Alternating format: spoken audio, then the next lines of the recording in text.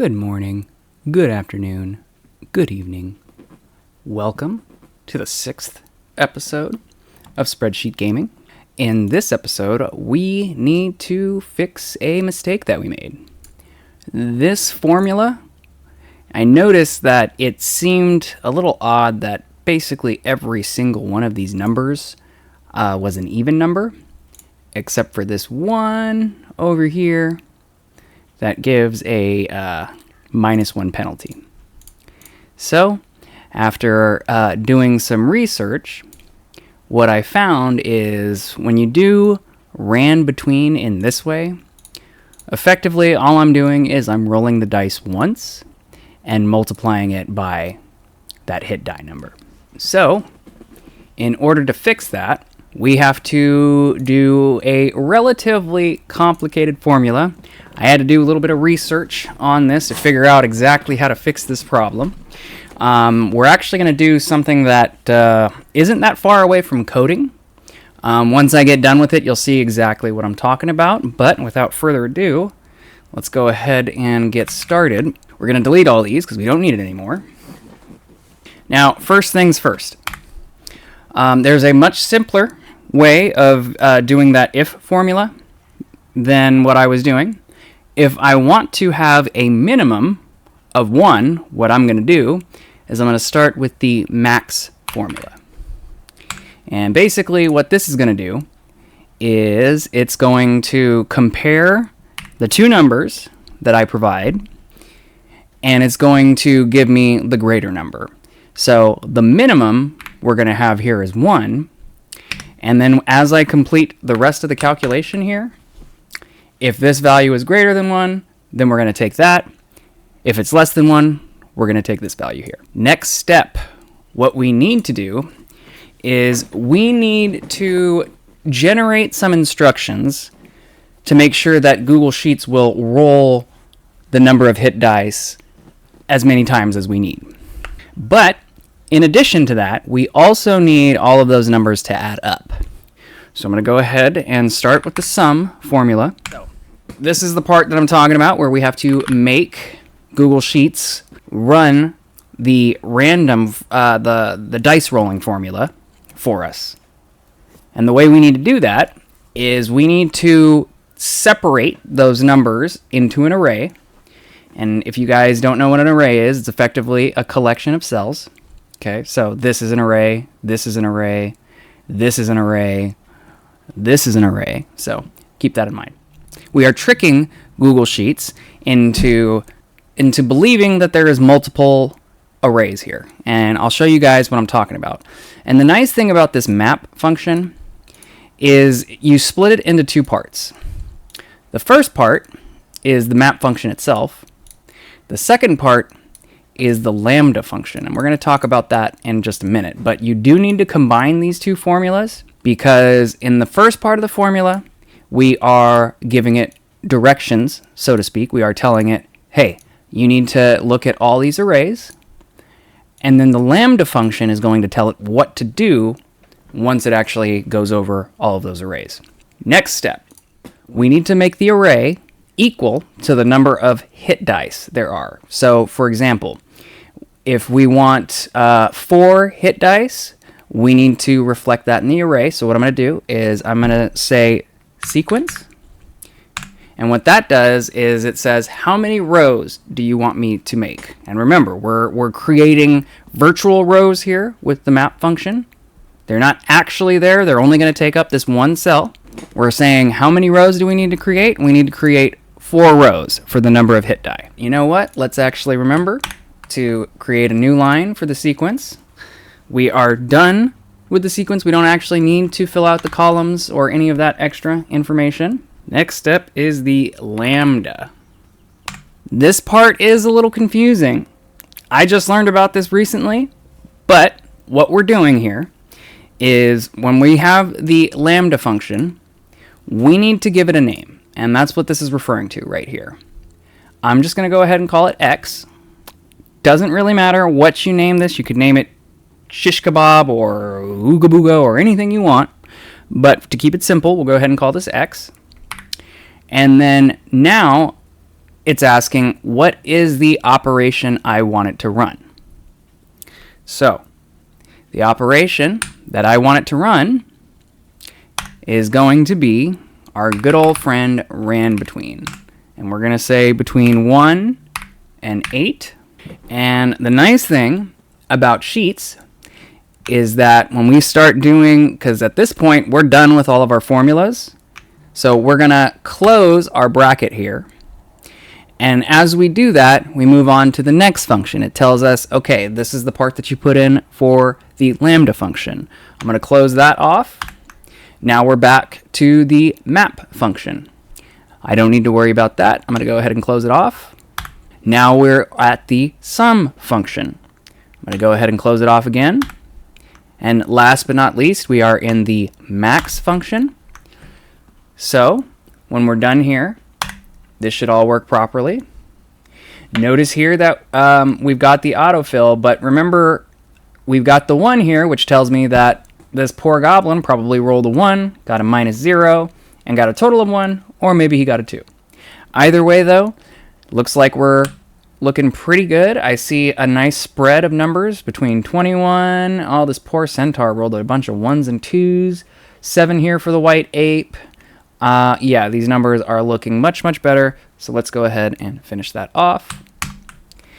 And now we have an appropriate HP counter. So now that we're done with that, I'm going to go ahead and hide this column.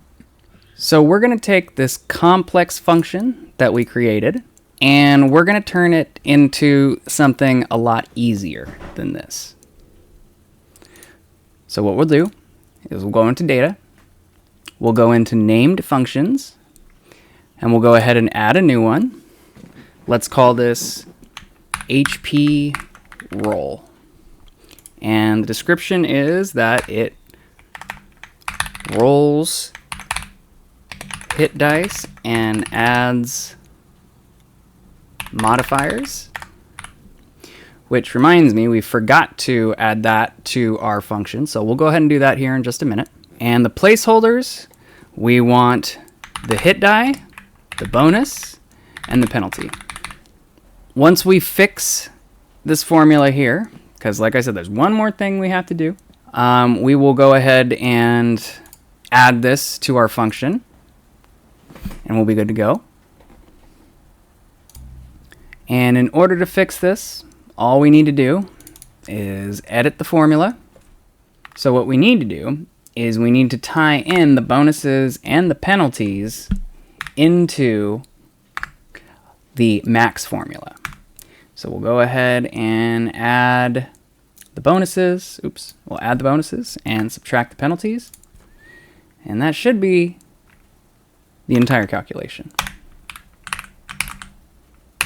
Now that we've got that formula fixed, we're going to go ahead and copy the whole thing. We'll paste it down here. And we need to change, instead of having the cell references in here, we need to identify them as bonuses or penalties. So in this case, the sequence is the hit dice, and we are adding the bonus, and we are subtracting the penalty here. All right. So we had to figure this out. We can't have any special characters in the name of the function, so basically all I can do is call it HP roll or HP underscore roll. That's also acceptable. Down here we've got the hit dice, the bonus, and the penalty, just like we have over here. And we've got our full function down here, and we're saying we want the hit dice input here, we want the bonus input on this part, and we're going to put the penalty as a negative number right there. So it turns out, in order to plug in the placeholders, what you need to do is you need to input each one individually. So I call this hit dice, I call the next one bonus, and I call the last one penalty. Now we can go ahead and add descriptions here if we want to. We shouldn't need to, so I'm just going to go ahead and leave it there. Oh, I see. We can add descriptions and examples. Okay. We're not going to mess with that for now. Let's just go ahead and hit create. And let's start with our function. We'll call it, well, equal HP roll. We need the hit die, which is this one right there. We need the bonus, which is this number right here. And we need the penalty, which is that number right there. And instead of doing that big old disgusting formula, we can just go ahead and put it in over here. So now, equal HP roll. The hit die is G2. The bonus is F2. And the penalty is H2. And in that, we have created our very own function. We've made this dice, or this HP calculator, a lot more readable. And we can always look at the formula over here. And this is what I was talking about when I said we're going to do kind of a little bit of coding here, because when I was messing around with Python, this is something that you would do. You would kind of create functions inside of the program for you, and in that it would have been a lot easier, in my opinion. I would have used what's called a for loop for those Python calculations, but in this situation, since we're just sticking here with sheets, we've got this nice beautiful formula in here. And for the last part of this video, we're going to make a simple XP tracker. Easy. The only problem is when you do have this situation where you've got your goblin who has different types, you are going to have to keep track of the types. Something that we can do is we can go ahead and split this up into goblin bodyguards and goblin kings and just the standard goblins that we have right now. I'm not going to do that for now. If you guys want to, that'll make this a lot simpler, a lot cleaner with the data, because then you can, for goblin bodyguards, you can just set their XP value to 20, and then for goblin king, you can just set their value to 35. But I also just want to show you that we can very quickly just add all this experience up here. So what I'm going to go ahead and do is we'll create a little section over here called total XP. And then let's go ahead and run our sum function, or formula I should say. And I'm just going to drag this whole area. And we've got our value right there, 4,125. And if I were to delete half of those, we've still got our number right there. And then if you needed to divide by the number of players, it's just as simple as you grab that, divide, hit the division sign, and we've got 4. If there were any hirelings as well, let's just pretend there was 6. And what I did here is I decreased the decimal places all the way until we got a whole number. There is a couple more things that we could do. We could like add some rounding formulas in here. Not really worth it, especially when you can just do the same thing just by decreasing the decimal places here. But again, that was just a quick and dirty calculation anyways. This is really the number that I want to get, and we can always bring it on over to our character sheet when needed. All right, ladies and gentlemen, that is going to do it for this episode of Spreadsheet Gaming. I will see you guys next time. Have a great day.